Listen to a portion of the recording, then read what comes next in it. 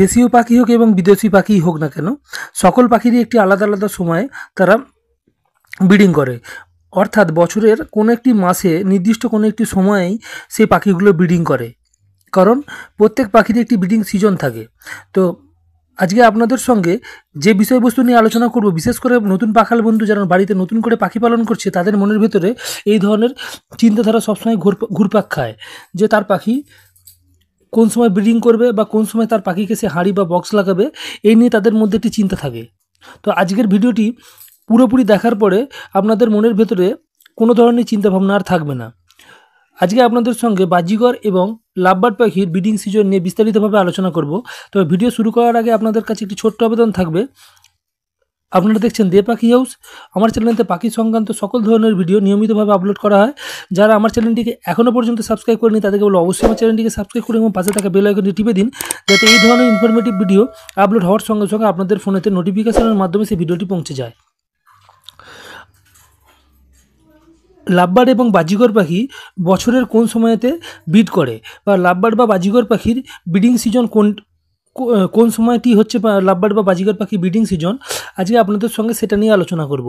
প্রথমত বলে দিই, লাভবার্ড বা বাজিগর পাখি যখন ব্রিডিং সিজন শুরু হয় সেই সময়তে টেম্পারেচার আপনাদেরকে লক্ষ্য রাখতে হবে।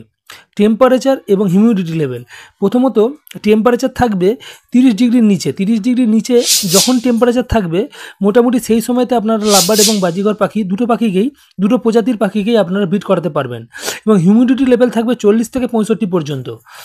আমি যে টেম্পারেচারের কথা আপনাদেরকে বললাম সেটা হচ্ছে দিনের বেলা টেম্পারেচার। দিনের বেলা যখন টেম্পারেচার আন্ডার 30 ডিগ্রি সেন্টিগ্রেড থাকবে, সেটা হচ্ছে পাখির ব্রিড করানোর পক্ষে, লাভবার্ড এবং বাজিগর পাখির ব্রিড করানোর পক্ষে খুব উপযুক্ত।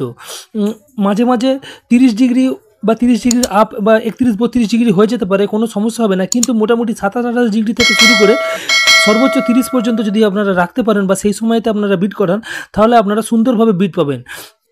দ্বিতীয় হচ্ছে হিউমিডিটি লেভেল, 40 থেকে 65 যে হিউমিডিটি লেভেল, ওই লেভেলটি যদি আপনারা ধরে রাখতে পারেন তাহলে কিন্তু আপনাদের পাখিদের থেকে সুন্দর ব্রিড আপনারা পাবেন।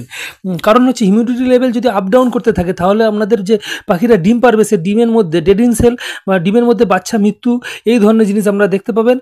ডিম ফুটে বাচ্চা বের হবে না।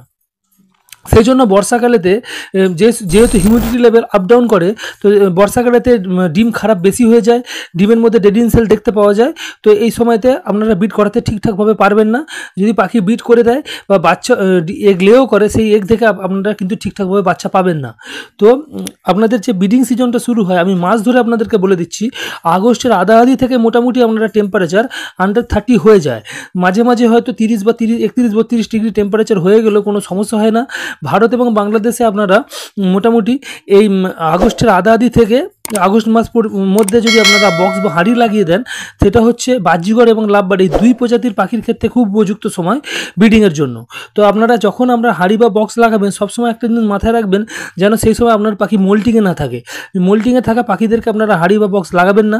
তার সঙ্গে সঙ্গে হাঁড়ি বা বক্স লাগাবার আগে আপনাদেরকে ডিওয়ার্মিং করাতে হবে, ব্রিডিং কোর্স কমপ্লিট করাতে হবে, এবং তার সঙ্গে সঙ্গে আপনাদের পাখিগুলোর এজ কমপ্লিট হয়েছে কিনা, যে ব্রিডিংয়ের উপযুক্ত এজ হয়েছে কিনা, সেগুলোকে আপনাদেরকে দেখে নিতে হবে, এনশিওর করতে হবে। এবং তার সঙ্গে সঙ্গে আপনারা যে পেয়ার পাখিটিকে আপনারা ব্রিডিংয়ে বসাচ্ছেন বা ব্রিডিং করাবেন বলে হাঁড়ি বা বক্স লাগাচ্ছেন, সেই পেয়ার পাখিটি যাতে বন্ডিং ঠিকঠাক হয়েছে কিনা সেটা আপনাদেরকে দেখতে হবে। দেখার পরেতে সব কিছু যদি জিনিস ঠিকঠাক থাকে, তারপরে আপনার পাখিদেরকে আপনারা ব্রিডিংয়ের জন্য বক্স বা হাঁড়ি লাগাবেন। এবং ব্রিডিংয়ের জন্য বক্স বা হাঁড়ি কোনটা ভালো বা কোনটা বেশি উপযুক্ত, এই নিয়ে অনেক ভিউয়ার্সের মধ্যে একটা চিন্তা থাকে বা মনের ভেতরে একটা প্রশ্ন থাকে। তো এটা নিয়ে আমি পরবর্তী কোনো একটি ভিডিওতে আপনাদের সঙ্গে ভালোভাবে বিস্তারিতভাবে আলোচনা করব। তো আশা করি আজকে আমি আপনাদের সঙ্গে যে বিষয়টি তুলে ধরতে পারলাম, যে কোন সময়তে পাখি বাজিগর বা লাভবার্ড এই দুই প্রজাতির পাখিকে আপনারা ব্রিডিং করাতে পারবেন, এবং সেই সময়তে টেম্পারেচার কতটা থাকা দরকার এবং হিউমিডিটি লেভেল কতটা থাকা দরকার। তো হিউমিডিটি লেভেলটা সবথেকে বেশি ভাইটাল। বর্ষাকালেতে যদি আপনারা পাখিদেরকে বক্স বা হাঁড়ি লাগিয়ে দেন লাভবার্ড বা বাজিগর পাখিতে, ওরা ব্রিড করে দেবে এবং এগও লে করবে, কিন্তু সেই সেই ডিমগুলো নষ্ট হয়ে যাওয়ার চান্স বেশি থাকে, কারণ হিউমিডিটি লেভেল ওই বর্ষাকালেতে কখনো আপ হয় কখনো ডাউন হয়। বেশি আপ ডাউন করলে হিউমিডিটি লেভেল তা ডিমের ভেতরের বাচ্চাগুলো কিন্তু মারা যায়।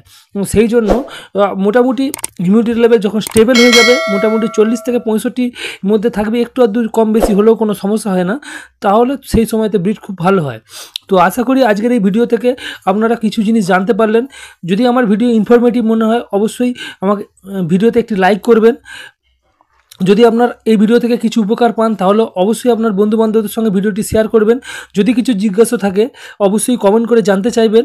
যদি কমেন্টের মাধ্যমে উত্তর দেওয়া সম্ভব হয় আমি কমেন্টের মাধ্যমে উত্তর দেব, আর যদি কমেন্টের মাধ্যমে উত্তর দেওয়া সম্ভব না হয় তাহলে আমি একটি ভিডিও বানিয়ে আপলোড করব যাতে আপনাদের বুঝতে সুবিধা হয়। আজকের মতো বিদায় নেব, কিন্তু বিদায় নেওয়ার আগে আপনাদের কাছে ছোট্ট আবেদন থাকবে, আপনারা ভিডিও দেখেন, লাইক করেন কিন্তু সাবস্ক্রাইব করেন না। অবশ্যই আমার চ্যানেলটিকে সাবস্ক্রাইব করে রাখুন যাতে এই ধরনের ইনফরমেটিভ ভিডিও আপলোড হওয়ার সঙ্গে সঙ্গে আপনাদের ফোনে নোটিফিকেশনের মাধ্যমে ভিডিওটি পৌঁছে যায়। আজকের মতো বিদায় নিচ্ছি, পরবর্তী কোনো একটি দিনে নতুন কোনো টপিক নিয়ে নতুন কোনো ইনফরমেশান নিয়ে আবারও দেখা হবে। ধন্যবাদ।